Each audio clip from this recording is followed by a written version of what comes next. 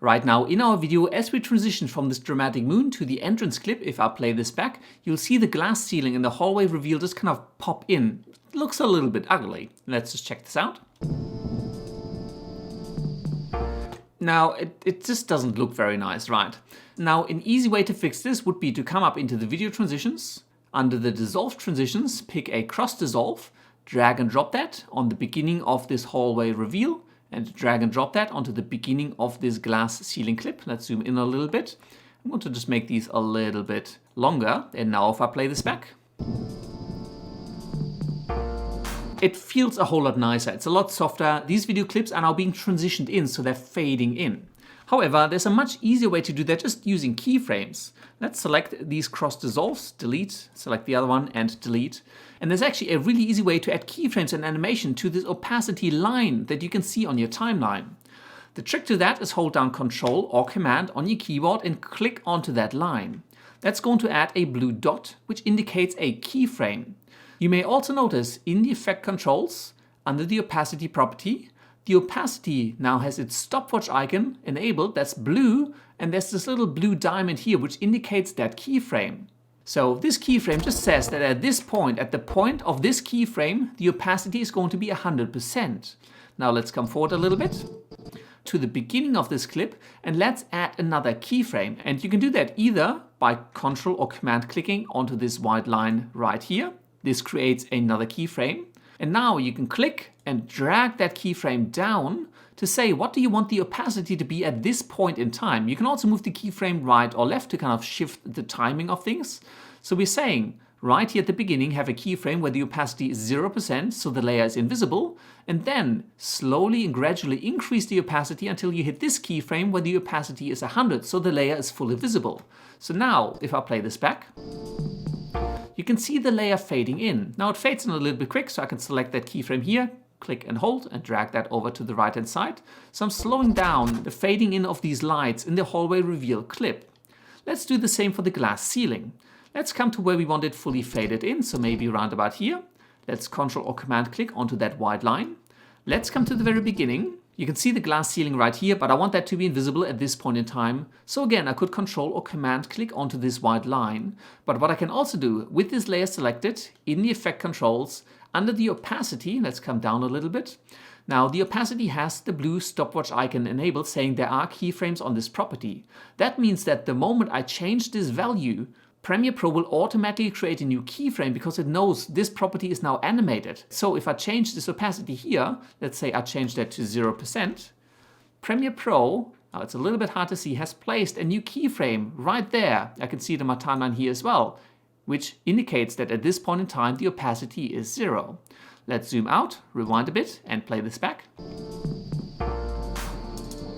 And that works really nice. The cool thing is that you can very easily add as many keyframes as you want to fully control how things animate and fade in and out, both for video as well as for audio, because these keyframes also work for the lines on the audio track. So for example, if I wanted the music to start fading in, just as we're fading into this entrance clip, I could place a keyframe right here, maybe just after the transition is fully completed. Let's come back a little bit. Let's place a new keyframe and drag that down to -infinity, so there won't be any audio here. Let's rewind and play this back.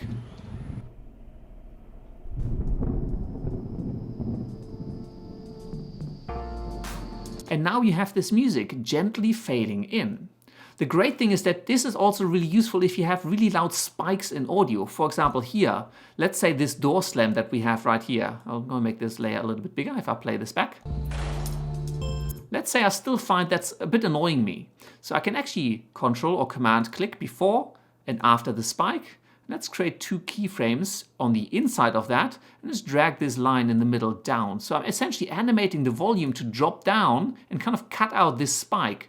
And this is really useful if you have, people screaming suddenly or just sudden noises in your video that you want to just kind of get rid of. You can just simply create keyframes to cut those pieces of audio out. Let's rewind and play this back. And you'll notice that that slamming of the door is just gone. Now I highly recommend always having a little bit of a fade in and a little bit of a fade out, and do this gently, otherwise it might become noticeable just if it's a bit too abrupt. But just fading things in and out and just adding keyframes to the opacity or audio volume is super easy. Now, the cool thing is, and I don't know whether you've noticed this, a lot of properties in Premiere Pro have that little stopwatch icon. Under the effect controls, motion properties, position, scale, rotation, anchor points, flickering, opacity, volumes, the channel, like the balance where you hear the sound left or right. A lot of things in Premiere Pro have this stopwatch icon and they can all be animated. Now, the way to animate them, if you're not talking about the opacity or the audio volume, which are represented by these horizontal lines on your timeline, is a little bit different, but it's still actually pretty easy. Let's come to the beginning here, and let's say that this glass ceiling, let's just come in a little bit, this glass ceiling here, I wanted to have moving in from the left to the right. I don't want it to just be static. So what I can do is with this layer selected, in the effect controls under motion, let's enable the stopwatch for the position, and I can simply click on it to say I want to animate this position property. Premiere Pro will immediately create a keyframe that you can see right here. Now you won't see anything in the timeline because the position property isn't represented by a horizontal line.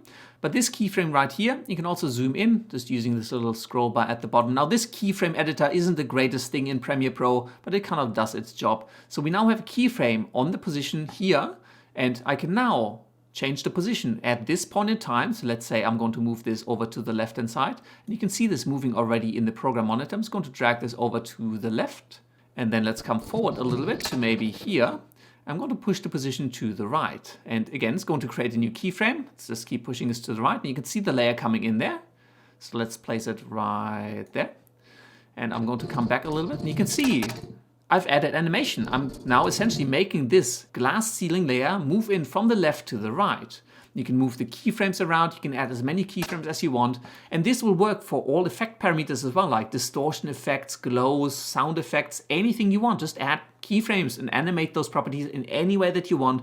And this really unlocks a massive amount of control and freedom in really designing the video exactly the way that you want to. Now let's remove the animation on this position property, and for that simply click on that stopwatch icon again. That's going to remove all of the keyframes, but Premiere Pro will usually warn you this action will delete all existing keyframes. Do you want to continue? Because we're going to lose those 2 keyframes that we've already created. Let's just say okay, keyframes are gone. The position property is no longer animated, and I'm also going to click onto this reset parameter button to reset the position to where it was, so the glass is back where it was. I kind of like that it just fades in anyway. Now you should have almost everything that you need to put together a pretty professional video project from start to finish. But one thing we haven't talked about yet is how to add text and titles to your videos, and let's get into that in the next lesson.